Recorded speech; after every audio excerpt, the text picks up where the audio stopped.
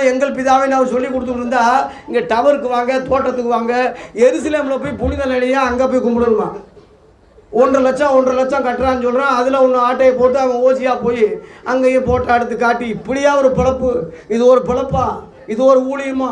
அடேங்கப்பா, அடிக்கடி தரிசிக்கிறானவே, அடிக்கடி பேசுகிறானே, அவன் மூஞ்சியும் முகரையும் பாரு, அவன் வாழ்க்கை மாறணுமா இல்லையா? அவன் நிலைமை மாறணுமா இல்லையா?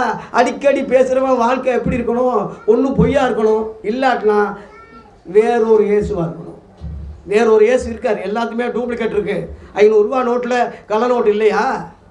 இருக்குல்ல, எல்லாத்துக்குமே டூப்ளிகேட் இருக்குது. அதுபோல் இயேசு வேறொரு இயேசு, சுவிசேஷம் வேறொரு சுவிசேஷம், ஆவி வேறொரு ஆவி, 3 இருக்குது டவுலாக. எவனாவது கண்டுபிடிக்கிறான்? அதை எப்படி கண்டுபிடிக்கணும்னா, இந்த சுவிசேஷங்களில் உள்ளது ஒரிஜினல் இயேசு, இந்த நிருபங்களில் உள்ளது ஒரிஜினல் ஆவியானவர், இதில் உள்ள அப்போஸ்தலர்கள் ஆதி அப்போஸ்தலர்கள்